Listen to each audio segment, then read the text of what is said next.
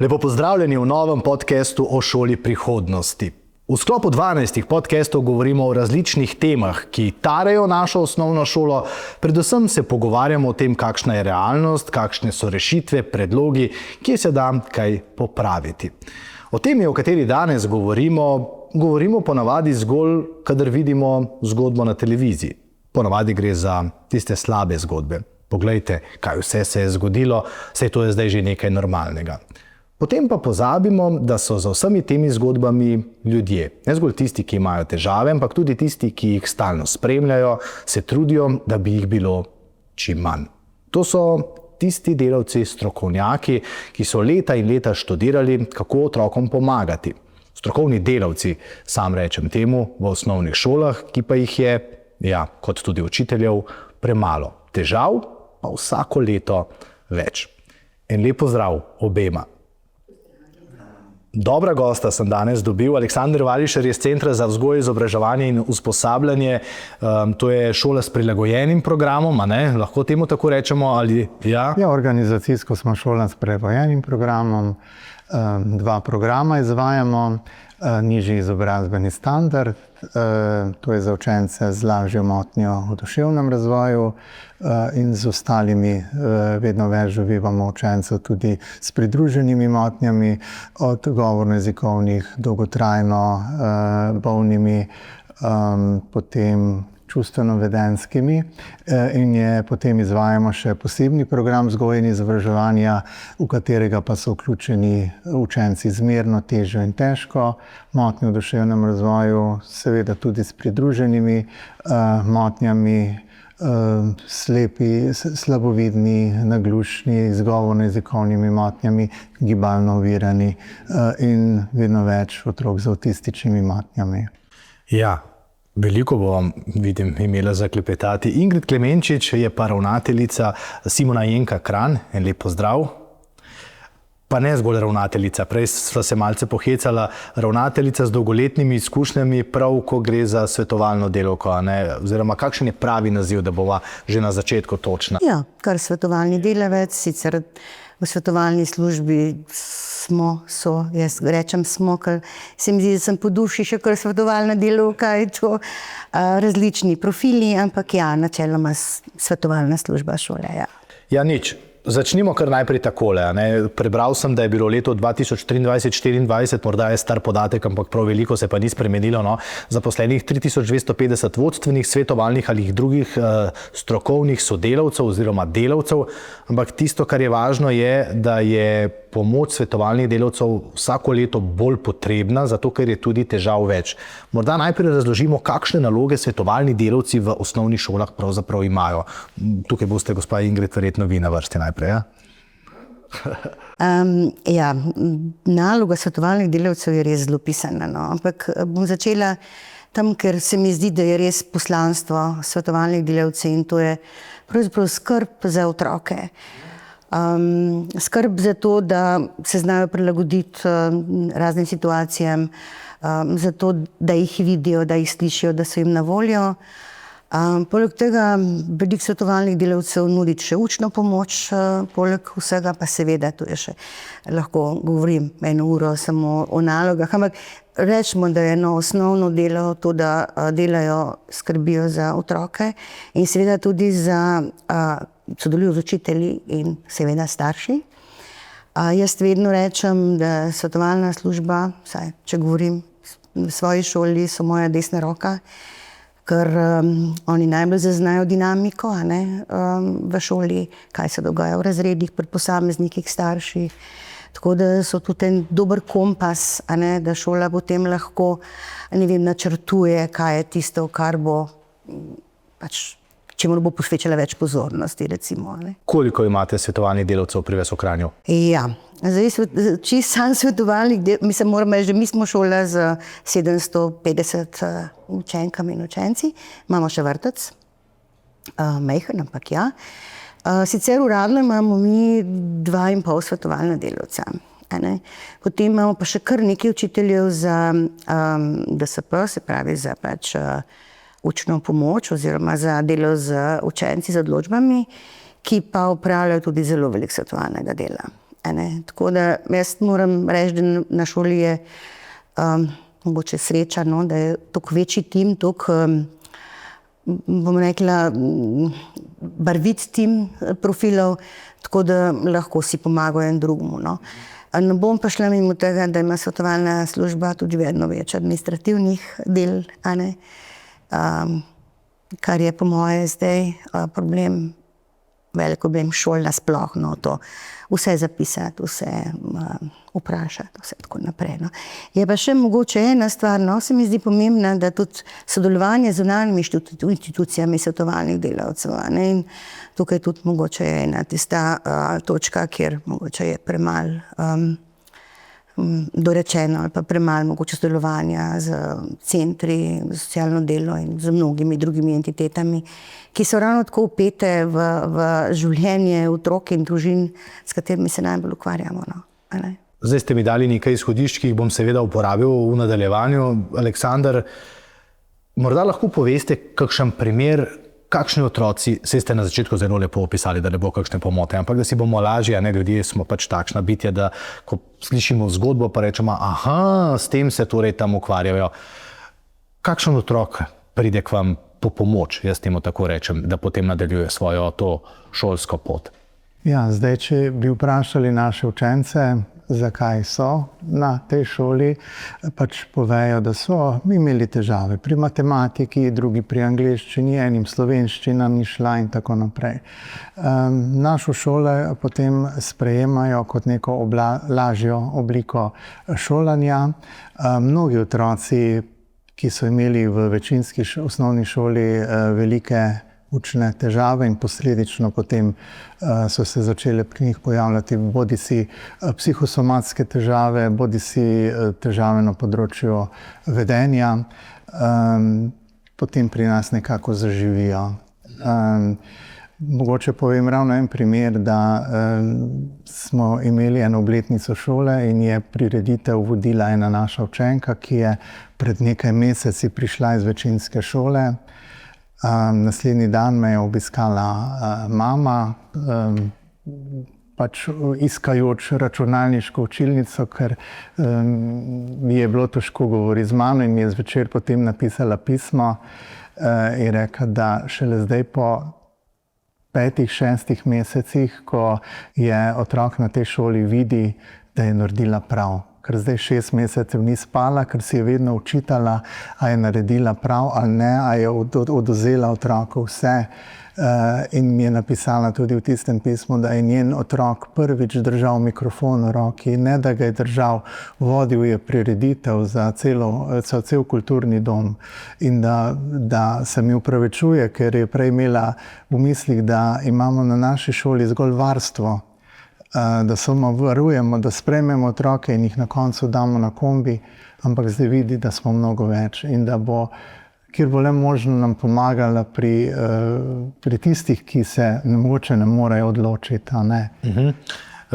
Ko govorimo o vlogi šolskih svetovalnih delavcev ali pa v takšnem zavodu, kot je vaš, seveda moramo razumeti drugo stran, s kakšnimi stiskami se takšni otroci soočajo, da potem potrebujejo pomoč.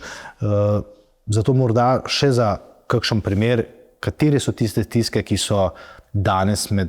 Ja, mi imamo kar, bomo rekli, en sprejemni tim oblikovan, v katerega se tudi jaz intenzivno vključujem, drugače pa svetovalne delavke, pri nas imamo 4, 2 psihologinji, 2 socialni delavki in mi imamo res že kar dolgoletne izkušnje s tem, kakšne dileme, kakšne vprašanja se bodo pri starših pojavila.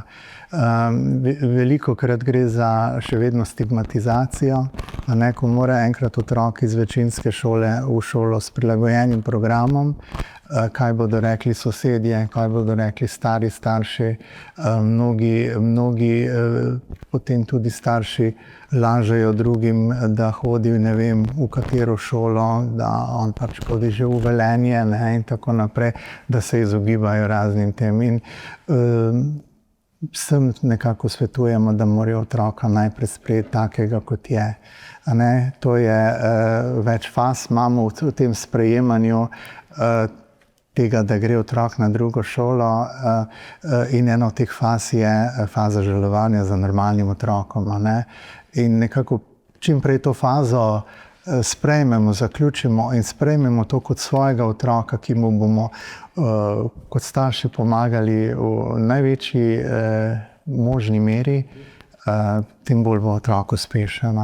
Zdaj ste kar dobro odgovorili, ampak sem ves čas v vašem odgovoru slišal starši. Ne? Sej prav, to kaže na to, da imajo večje težave starši, kot pa potem otroci morda. Ha? Ja, nismo imeli mislim, tako bom rekel, starejši so otroci, bolj se zavedajo nekako težav, in bolj jim je nekako nerodno. Tudi če je mogoče neka prireditev v kraju, kjer so vključeni učenci iz več šol, jih potem zelo skrbi. Ali bojo tam tudi učenci z tiste šole, ki sem jo jaz prej obiskoval. In potem mogoče pride do kakega izogibanja ali pa do neke stiske, da oni pa tja ne bi šli. In potem s pogovorom nekako tako, ker večno se pač ne moremo skrivati in si zatiskati oči. Gospa Ingrid, če bi danes pogledala 20 let nazaj, prav? A je bilo takrat drugače? So bile težave otrok drugačne, jih je bilo manj? Ja. Mi imamo krasne otroke. Otroci so super. Vsak zase so super. Zatakne se, ko morajo sodelovati, ko morajo nekaj dokazati. Se mi zdi, da včasih, tako zveni čuden, ampak saj smo v muzeju, včasih smo vseeno veliko stvari zunaj rešili na igrišču, na raznih interesnih dejavnostih in tako naprej, ali pa med navadno igro. In mislim, da veliko težav izhaja iz tega, da so otroci na nek način prezaščiteni, da ne znajo reševati konfliktov, ne znajo se niti pogovarjati, ne znajo kompromisov iskati, ne znajo se dogovoriti, in zelo hitro pol tukaj pride do recimo napetosti ali pa do tudi stiske. To je ena stvar. Druga stvar, vidim, da je veliko več anksioznosti, kot je bilo včasih. Včasih smo to potem srečali, kakšnega otroka z anksioznimi težavami, motnjami. Zdaj je ta anksioznosti bistveno več. In če lahko to povežem z neko samopodobno otroka, ugotavljam, da imajo otroci bistveno slabšo samopodobo, kot so jo imeli včasih ali pa smo jo imeli včasih. Po moje predvsem zato, ker se mi nismo toliko obremenjevali z bom najboljši, od mene zahtevajo to pa to. Ampak smo bili mogoče res bolj slišani, bila Gaussova krivulja, tudi če si imel trojke, si bil v redu, zdaj pa nisi več v redu. Tukaj trčimo tudi v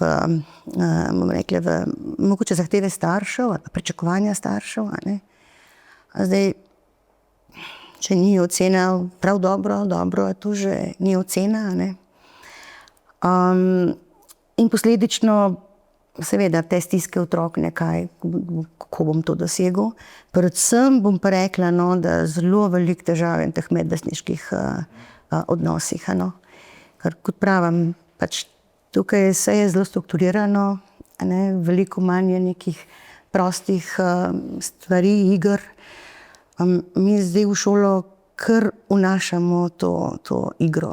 Čim več teh, to ne pomeni, da v učilnici niso pravila kot učilnice, ampak da čim več učenja preko igre, čim več teh gozdnih pedagogik, doživljanskih pedagogik, teh stvari, da se otroci zunaj družijo in učijo, učijo preko nekih drugih situacij.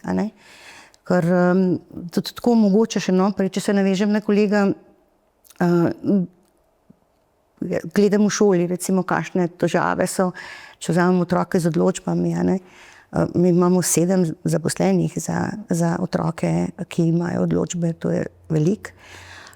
In res od čustveno-vedenjskih do specifičnih učnih težav, do anksioznosti, predvsem pa skoraj ni več odločbe, kjer ne bi pisalo, da ima otrok motnje pozornosti.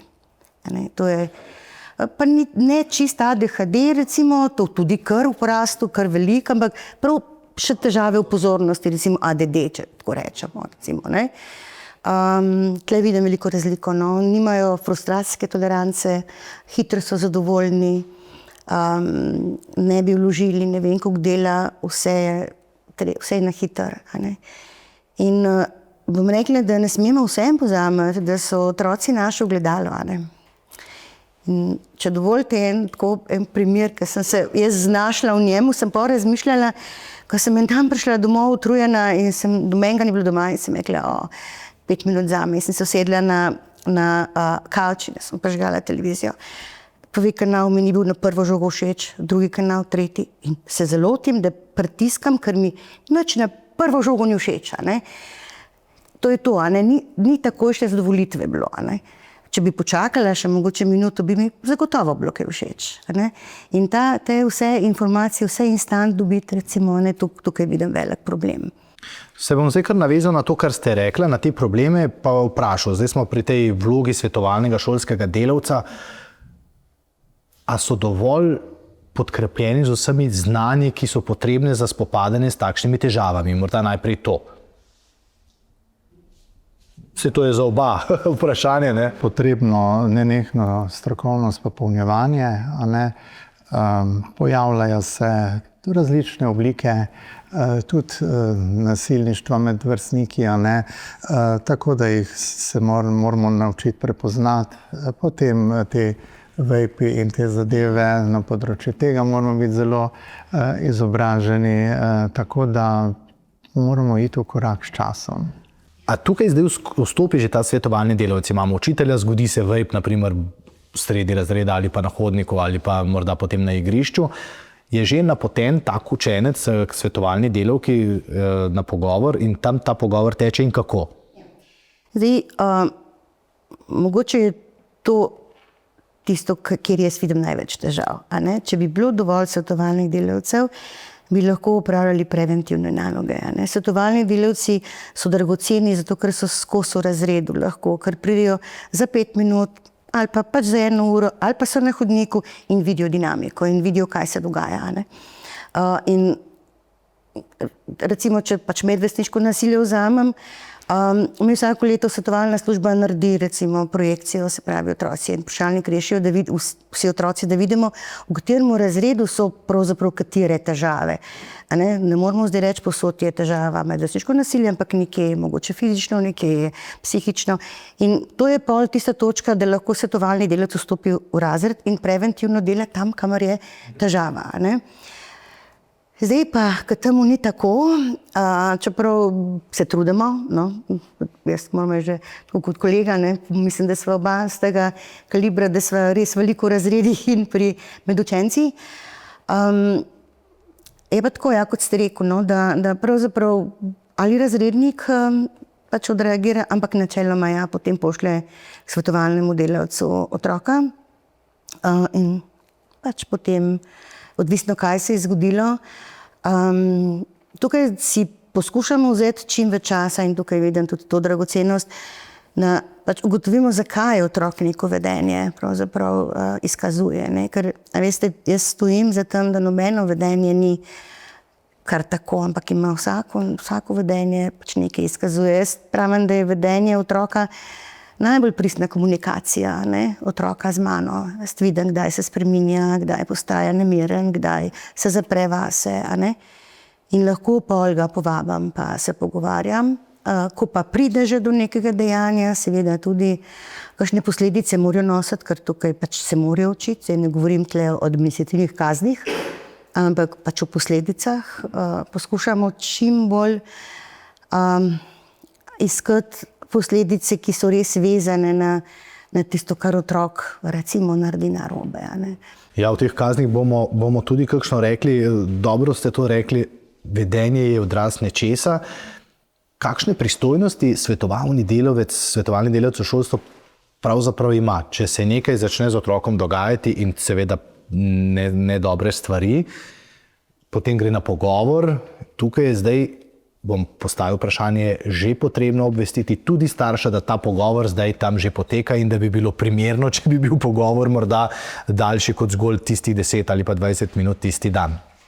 Vsaka šola ima oblikovana svoj hišni red, nek vzgojni načrt, v katerem so pač predvidene, bomo rekli v navednicah, kršitve. Včasih je bila tista rumena knjižica zelo praktična, pravice in dolžnosti učencev, ki jo zdaj vsi zelo pogrešamo, a ne, tam je vse jasno pisalo.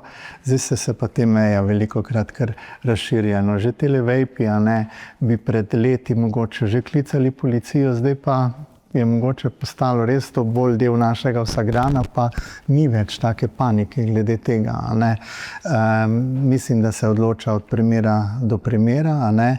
Če pri nas govorim, je prisotna še motnja v duševnem razvoju, gre za drugačno razumevanje, gre za zelo veliko sugestibilnost tudi naših učencev. Naši učence se zelo hitro naheca lahko kaj, da poskusijo kaj, da kaj prinesejo, kaj odnesejo, tako da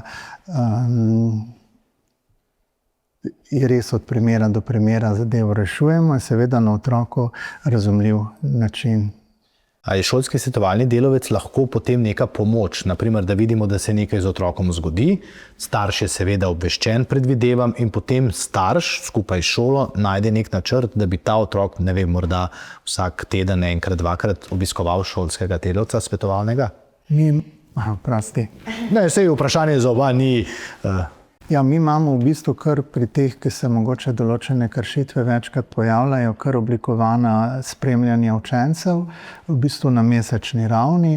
Se dobimo učenec, razrednik, starši, svetovalna služba in jaz, a ne, in potem si od srečanja do srečanja zadamo neke kratkotrajne, ne moramo zdaj neke dolgoročne cilje, ampak take cilje, ki jih je učenec sposoben v tem enomesečnem časovnem obdobju izpolniti, uresničiti, ali gre za več branja, ali gre za prinašanje šolskih potrebščin, ali gre za pravočasno prihajanje k pouku in tako naprej. In potem se čez mesec dni srečamo, točno že določimo, kdaj bo ta naš sestanek in potem nekako pogledamo, kako smo te cilje dosegli, kar še ni realizirano, si damo med malo bolj dolgoročne cilje, a ne, ali pa kaj obkljukamo, seveda so tudi, ne moramo zareči, da je vse negativno, a ne, veliko napredka tudi s tem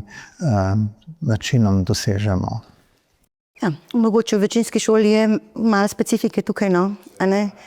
Tukaj je mogoče treba ločiti, vsaj pri nas pa mislim, da večinoma, ko gre za neko intervencijo, ko je treba takoj odreagirati, ko so to kratki pogovori, a ne, takrat ja, seveda, kasneje tudi obvestimo starše, pač včasih tudi ne, ampak recimo načeloma jih. Ko gre pa pol za nek svetovalni proces, ko dlje časa recimo otrok hodi v svetovalnem delavcu, takrat pa seveda tudi želimo sodelovanje staršev, a ne, ker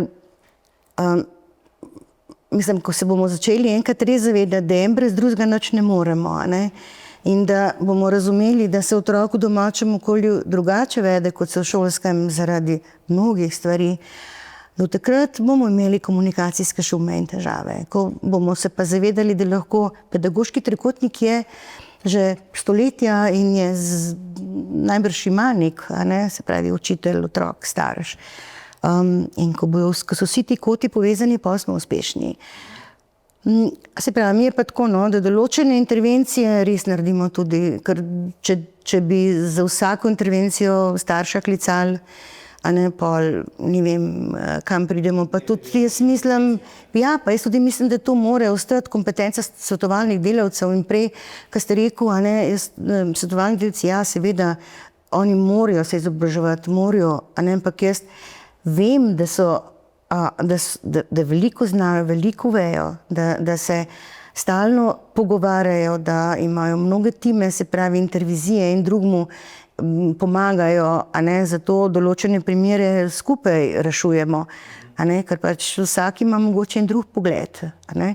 Bolj se mi zdi tudi to, če se vrnem, pa ne rekam začetek, ampak verjetno se bo to pogosto, bolj se mi zdi to pomembno, da če je dovolj svetovalne službe in kaj je bila recimo moja prednost, ko sem to delala, ko pač je bilo to majčkeno bolj razkošno, da sem imela vedno čas z otrokom ustvariti odnos. Ker če jaz z otrokom odnos ustvarjam, potem lahko čudeže delam. Če pa nimaš z otrokom odnosa, če ga nimaš časa ustvariti, ali pa če ti mogoče starš ne dovoli, ker pač,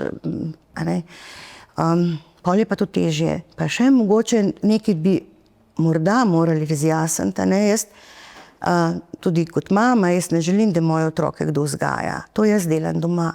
In šola ne vzgaja, ampak šola vzgojno deluje. In mi delujemo vzgojno vsak trenutek, ko smo z otrokom.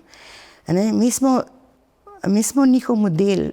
Se spomnim nekaj časa, 2 leti nazaj, že so rekli učitelji, Ingrid, otroci sploh več ne pozdravljajo. In sem rekla, odzdravljajo pa. Torej, pozdravi ga, bo odzdravil. In pol, ko smo se zmenili, ok, bomo prvi pozdravili, na koncu smo se skrivali v zbornici, ki so skozi pozdravljali, smo mogli potem reči, ok, pozdravimo samo, ko se vidimo enkrat in tako naprej. Zdaj malo na humor, ampak to je res, Mi smo otrokom model. In tega se moramo bolj zavedati. Ne samo svetovalni delavci, tudi učitelji, Rekli ste nekje vmes o teh kompetencah, da seveda so. Sem pa zadnjič poslušal 2 stvari, bi zdaj združil politike, nekatere, ki pravijo, treba je otroke kaznovati, ko govorimo o naprimer medvrstniškem nasilju ali pa o teh hudih stvarih in to bolj, morda bi jih poslali celo kakšen mladostniški zapor, je ideja ene od stranke politike, stroka sicer pravi, da to ne pomaga. Hkrati pa je tudi prav stroka rekla in svetovalni delavci, da se pa morda s tem medvrstniškim nasiljem pa ne znajo tako dobro spopasti. Kako je s tem? Ker vendarle govorimo zdaj o teh delavcih, ki se spopadajo z kakšnimi stvarmi, ki so v porastu in zdi se, da je morda tega medvrstniškega nasilja več. Ja, jaz mogoče tle lahko res suvereno rečem. Mi smo namreč na naši šoli, ko so nastali protokoli, so na en način nastali na naši šoli. Mi smo bili v tem projektu z Inštitutom za kriminologijo in smo v bistvu 4 leta razvijali pravzaprav to recimo varno učno okolje in protokole smo pač preverjali. Protokoli so po moji oceni dobro zastavljeni, ampak ljudje nimamo kadra, da bi res delali po teh protokolih. Zdaj, jaz se ne bom postavila na nobeno stran, ampak bom rekla, kar mislim kot recimo stroka. Jaz rečem, da otrok mora posledice nositi. Ne govorim o kazni. Saj neka kazen, vsaka posledica je neke vrste kazen. Ampak če otrok ne ve, zakaj je dobil neko posledico, kaj lahko s tem popravi, kako bo popravil, pol bo težko neko vedenje odpravil. Tudi medvrstniško nasilje. In seveda je treba zaščititi žrtev, absolutno, to je pač A v abecedi, ampak hkrati je treba učiti tudi tiste, ki izvajajo, pač recimo, ki se nasilno odzovejo. Jaz ne maram govoriti o nasilnežih, pa se mi zdi, da tega je zelo malo. Mi smo dokazali, da če interveniramo pri majhnih situacijah, pri majhnih medvrstniških recimo nasiljih, če vsi enako interveniramo, če cela šola enako odziva, je to garancija, da ne pride do tistega bulinga.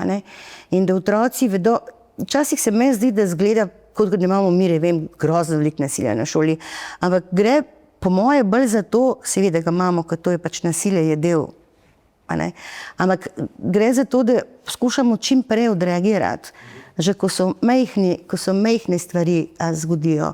In če se vrnem na tisto, kar sem prej rekla, veliko nasilnih interakcij je ravno zato, ker se otroci ne znajo zmeniti, ker nimajo komunikacijskih sposobnosti, ker nimajo uvida v situacije, ker nimajo socialnih veščin. Pa smo spet na začetku. Ja. Aleksandra, ko pride otrok, ki je žrtev takšnega medvrstniškega nasilja k vam ali pa k vašemu svetovalnemu delavcu, delavki, kako izgleda ta prvi pogovor, kaj povejo, sploh upajo? Ja, zdaj zadnje čase imamo izkušnje, da nekako rešujemo zadeve, ki se dogajajo v popoldanskem času.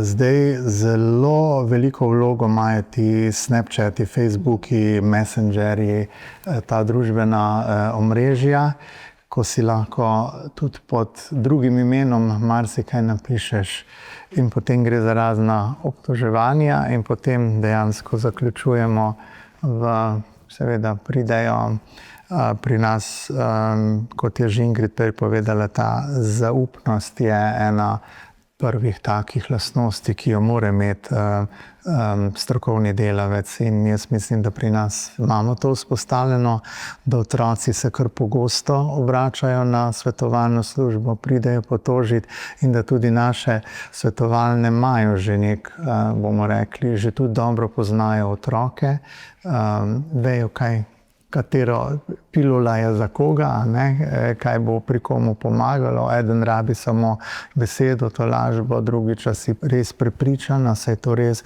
pogovor. V glavnem poslušanje. Ste mi že rekli, odgovorili, sem ravno želel vprašati, ali vejo, da ga tam imajo na voljo in da pridejo, in ste rekli. Ja, imajo ga in tudi res se pogosto obračajo. In so tudi, ker imamo 4, imajo tudi nekako tako razdeljeno, kdo je zakaj. Včasih se pač moramo skupinsko srečati in imamo ta velik sestanek. Tudi k vam otroci gredo k svetovalnim delavcem, vedo, da so tam, kaj bodo dobili? Ja, moram reči, da tukaj pač, govorim z izkušenj šole, veliko prihajajo, tudi recimo, mene zelo veliko prihajajo, tudi recimo jaz vzdržujem to, ker pravim, da če ne bom več poznala dinamike šole, potem ne moram več ravnatelja, in to pomeni, da moram biti vpeta tudi v ta pedagoški del čim bolj. Tako da prihajajo, mogoče pa bom zelo na grobo povedala, da ne bo se kaj prepoznalo ali karkoli. Nedolgo nazaj ena deklica zaradi stisk in domačem okolju in teh medvrstniških stisk je pač pustila na omarici poslovilno pismo. In seveda takoj smo pač vse obvestili in se je sprožila neka akcija, ampak pomembno se mi zdi to, da je punca sama prišla v šolo, ker je rekla, da je prišla v šolo zato, ker se tle počuti varno, ker to je njeno edino varno okolje. Meni se je zdelo, da smo zaslužili plačati smese, zdaj karikiram, ampak mislim, da imajo otroci zaupanje, da hodijo, je pa spet ne moreš ti pričakovati, da bojo v prvem pogovoru imeli zaupanje, ampak si ga moraš ti pridobiti. In zato se mi zdi pomembno, da svetovalna služba, da jo je na šoli dovolj, vi imate res razkošje, veš, ko sem ti foš. 4. Zato, da je res čim več med učenci, da se spoznajo, da gre z njimi na vse tabore. Zdaj pri nas to res prakticiramo, da na tabore gre svetovalna delavka vedno, ali pa delavec, nekdo vedno zraven, da na dneve dejavnosti spremlja otroke, pa ne, da pač ne bi zaupali učiteljem daleč od tega, ampak zato, ker je tam drugačna situacija, ker je tam neformalna situacija in tam lahko pol navezujejo recimo neke neformalne pogovore, ki potem tudi v situacijah formalnih pogovorov stečejo pol čisto drugače za korist. Tam tudi otroka najbolj spoznajo, tudi kako je recimo pri nas še vedno problem kakšne higienske navade, če še kdo ima plenice in tako naprej. To se potem v šoli v naravi vse nekako odkrije in se potem tudi drugače gleda na takega otroka, mogoče še bolj zaščitniško, čeprav mi pravi. Ja, pri nas recimo imamo v 6. razredu, mi sestavljamo, imamo še 2 podružnični šoli, in potem pač nastanejo 4-6 iz vseh 5 razredov. In gremo takoj septembra v Marindol, na tak taborniški, ki je namenjen res prav dinamiki, da se oblikuje razred, in jaz grem vedno zraven in hočem iti zraven, to imajo svetovalni delavci pa razredniki, ta tabor čez, zato, ker je to najboljša situacija, da ti vidiš, kaj se dogaja, kje se klike že dogajajo, da ti lahko potem pomagaš razredniku, da nekako oblikuje razred, da je pozoren na vse otroke. In zame je ta tabor ena največja dragocenost. Vsako leto res grem z njimi, vse 6. spoznam in lahko pol z njimi tudi delam, brez tega, da bi imela, ne vem, tisto etiketo ravnatelju greš le, pazi se, a ne. Pa to ne govorim, da nimaš avtoritete, to ni s tem povezano, a ne. Tle včasih ne ločemo stvari, a ne. Se avtoriteto imamo lahko tudi in prav, da jo imamo na en drugačen način, a ne. Omenili ste ta primer te deklice. Samomor je za prometnimi nesrečami drugi najpogostejši vzrok smrti pri mladih med 15 in 19. Sicer mi vendarle govorimo o osnovni šoli. Hvala Bogu, tam ni toliko govora o tem, ampak pa jo moramo vseeno vprašati, ali se socialni delavci oziroma strokovni delavci soočajo tudi s tem problemom, ki bi bil v porastu v zadnjih letih. Pri nas imamo predvsem mogoče so bili kakšni primeri, in potem dejansko to vse pretrese, a ne? In potem je nekaj ur razrednih svetovalnih namenjeno prav temu, a ne, soočanju na nek način s smrtjo, tako da so pripravljeni tudi na to temo. Pri vas ste rako? Ja, tudi ko opažam, no, da otroci spregovorijo o teh stiskah, tudi pač prav direktno rečejo, da ne vidijo več smisla. Zdaj to ni vedno ravno, zdaj recimo, da si bo nekaj naredil, ampak opozarja, ne, da pa mi poskušamo jih čim bolj učiti, da kljub vsemu ali pa jim omogočiti, da neke prijateljske vezi ustvarijo, ker če s prijateljem to govorijo, veste, imeti prijatelje je najboljša preventiva, a ne? Ker še s prijatelji to govori, s prijatelji to predeluje, je potem lažje, ne? Ko pa držijo otroci v sebi in to, da ni več toliko teh medvrstniških odnosov in možnosti sodelovanja, a ne, mislim, da je to kar pomembno pri temu, da otrok drži v sebi, recimo, da hoče ugajati, da noče izpasti šibek, da noče izpasti kot loser, bi oni rekli, recimo, a ne, in podržijo v sebi in zato tudi je vedno več samopoškodovanja, s tem se soočamo zelo pogosto. Ampak ja, na srečo otroci kar povedo, no, to se mi zdi velika, velika prednost. Če smo zdaj obdelali morda to medvrstniško nasilje in odziv svetovalnih služb, pa samomori oziroma samopoškodovanje, še en podatek se mi zdel nenavaden oziroma res zaskrbljujoč. V letu 2023 res, da je bilo to sicer leto po koroni, ampak nič zato je večina od 400 anketiranih otrok in mladih med 10 in 18 letom reklo, da se počuti ves čas napeto oziroma pogosto, da so pod stresom, pritiskom. 70% na primer je pa imelo simptome, kot so bolečine v trebuhu, nespečnost, naprimer, vemo pa potem, kam to pelje, ne, manjšo zbranost, padec učnega uspeha, pa smo spet v nekem novem krogu. Je to tudi en del, s katerim se morajo delavci v zadnjih časih bolj pogosto ukvarjati in se soočajo? Zelo. In to odklanjanje šole kot posledica pola, ne? Izogibanje šole, pa izogibanje predvsem v tem smislu, izogibanje testov, a ne, ali pa izogibanje mogoče neki skupini vrstnikov, a ne, pelje točno v to, ne, vedno bolj se izogiba, vedno bolj je osamljen, a ne, vedno težje se vrne nazaj. Tako da tega je tudi kar nekaj, svetovalni delavci kar delajo načrte pol, a ne, postopno spet prijeti v šolo, ne vem, danes boš 2 uri, potem boš malo več, individualno, tako da tudi učitelji za DSP imajo mnogokrat individualne ure z temi učenci, zato da postopoma pridejo nazaj v razred, a ne. Tako da ja.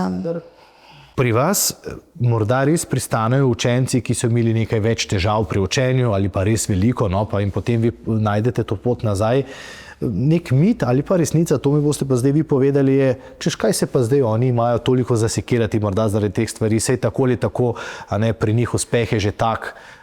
Ali je ta stres, ta pritisk morda, ne vem, tako kot ga imajo tisti, ki imajo 5, 4, pa še starši želijo to od njih, pri teh otrocih, s katerimi vi delate, drugačen, ali enako lahko govoriva o teh težavah, o nespanju, o tem. Ne, to je tako posploševanje, ki ima Tale šolski del, torej ta nižji izobrazbeni standard je v bistvu šolski del, ne? In učenci obiskujejo 9-letko, po končani 9-letki grejo naprej v srednješolsko nižje poklicno izobraževanje in zagotovo so tudi oni pod pritiskom, ne? In iste zadeve, kot je že Ingrid navedla, se dogajajo tudi pri nas. Tudi pri nas pride kdaj do izogiba, do špricanja in tako naprej. Je pa res, da je pri nas je potem mnogim, ko pridejo k nam, vidijo, da je snov veliko lažja in mogoče kar nekaj časa živijo na lovorikah, in si mislijo, meni ni potrebno delati, ne? Ampak morajo tudi delati. Ne? In potem, če dolgo ne delaš, potem si v tistem elementu ne dela in težko prideš potem nazaj v tisto kolesje. Ne? Torej, mi jih spodbujamo, tudi ko pridejo k nam, da oni že veliko znajo in da naj to svoje znanje izkoristijo kot prednost. Če so mogoče tam imeli pri tem predmetu slabšo oceno, lahko tule pridobijo boljšo oceno. Ne? Je pa res, da pri nas so določene vsebine res zelo poenostavljene, tudi predmeti. Torej, pri nas nimamo fizike, kemije, biologije, imamo predmet naravoslovje in so vzete samo najpomembnejše teme. Nimamo geografije, zgodovine, etike, imamo predmet družboslovje. Ne? In se spet vzete tiste pomembne, brez formul, brez letnic in tega, tako da imajo že v osnovi otroci občutek, da jim dobro gre. Tudi ko pišejo NPZ-je, ni bilo tako težko, povejo. Ne? Tudi pri nas pišemo NPZ-je v 6. in 9. razredu, tako da. Še eno stvar bi z vama predebatiral, ko je govora o svetovalnih šolskih delavcih. Če smo rekli res, ta samopodoba, ne, kakršna je danes zelo odvisna seveda od svojih vrstnikov, pa to, kar vidiš na mobilnih telefonih. Kaj pa okolje, v katerem živijo? Da se vrnem morda še k tisti primarni celici, to je pa družina. Koliko to vpliva? Saj odgovor poznam sicer, ampak je fajn, da to slišimo od vaju, a ne? Koliko pa to vpliva na njihove stiske in koliko pa tukaj lahko torej socialni delavec prisluhne, pomaga in potem morda potrka na kakšna vrata, ki kakšne takšne zadeve rešijo? Ja. Boš, hvala. Seveda, družina je pač osnovna celica, ne? In seveda vpliva, zelo vpliva. Včasih se meni zdi, da kar, ko vidim otroka, vidim dinamiko družine. Ne? In zdaj se je zgodil en čuden, ne vem, kako bi temu rekla, ampak da nekako se je nekje v prevodu zgubilo to zaupanje med družino in šolo. Ne? Da je veliko manj zaupanja, kot ga je bilo včasih, da skrivajo, da ne povedo, da branijo svojega otroka, pa prav je tako, starši smo zato, da branimo svoje otroke, ampak ne za vsako ceno. Ne? Tako da ja, se vidi, da je mogoče premalo kvalitetno preživljenega časa skupaj. Vsi gre na počitnice. Jaz imam pred vsakimi počitnicami veliko mailov, če lahko vzamejo dopust, še prej pa pol, ko grejo na potovanje. Ampak jaz govorim o teh vsakdanjih stvareh, ne? Tisto, ko prideš domov, pa si vem, da pridejo domov pozno, ampak ko si vzameš pol ure na dan, da skupaj predebatiraš, vprašaš, kako je bilo, kako se počuti, kaj je novega, ne? Se mi zdi, da je vse tako instant, vse tako na hitro, vse tako spotoma, ne?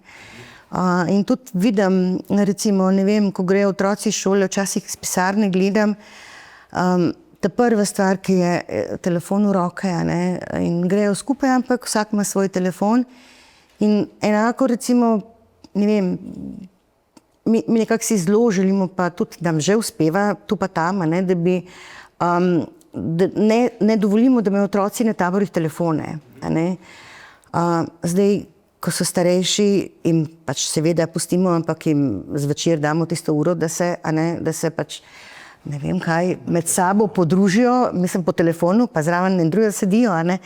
Ampak dostikrat se znajdemo vsakokrat znova pred problemom ali pa pred situacijo, ko se starši strinjajo, potem ima pa otrok skrit telefon s seboj, a ne? In to ne eden, a ne? Ker pač nas more pustiti, če bo kaj narobe. A ne?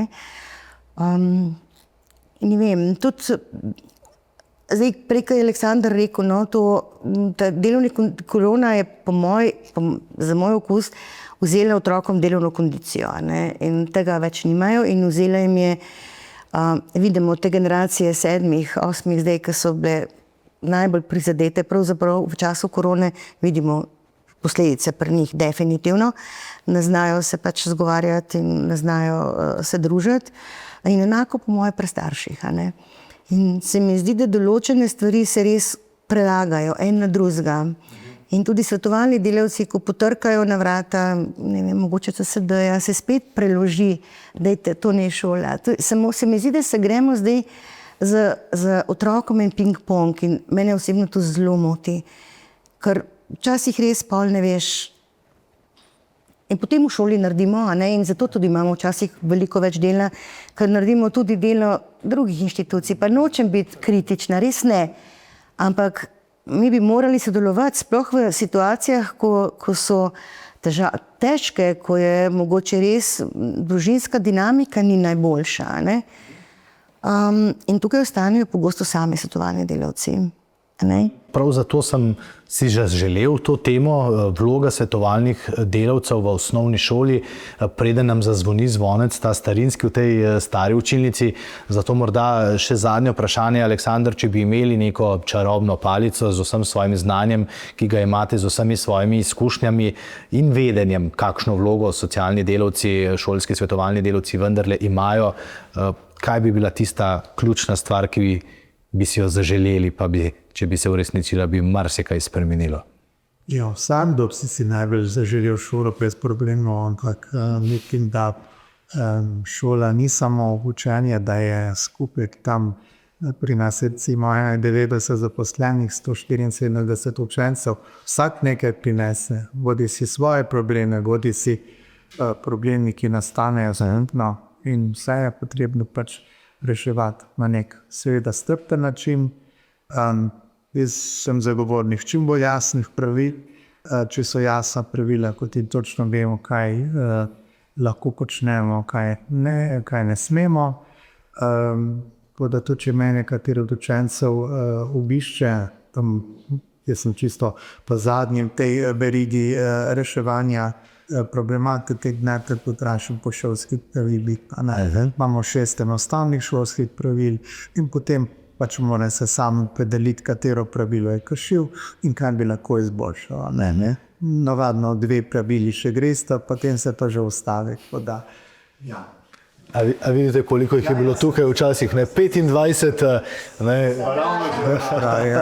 To je vse prenasljivo zdaj v ta naš sistem. Spomnil sem se še en citat Bogdana Žorlva, ki je napisal knjigo Razvajanje sodobne družbe. In govori tudi o svetovalnih delavcih, mogoče malo karikirano. Če je nekdo poreden, bo šel na pogovor k svetovalni delavki. Ona dva se bosta lepo tam pogovarjala in na koncu bo dobil bombonček in bo šel nazaj v razred. In kaj je njemu informacija? Če bo poreden, bo šel po bombonček, a ne? A pa še več, bodi poreden, da bo šel po bombonček, a ne? Ja.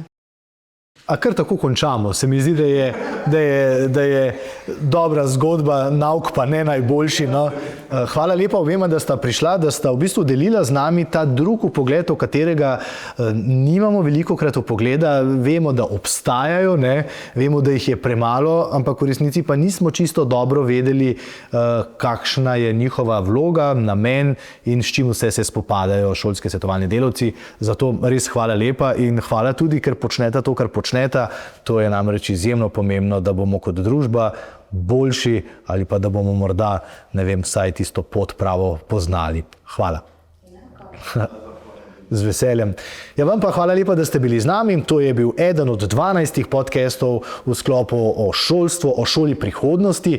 Danes o prihodnosti nismo govorili z enim razlogom, ker je vsaj pri tej temi izjemno pomembno, da vsaj sedanjost razumemo, da vemo, kakšno vlogo in nalogo šolski svetovalni delavci imajo in kje jim lahko kot družba, starši ali pa otroci pomagamo. Hvala lepa, do naslednjič.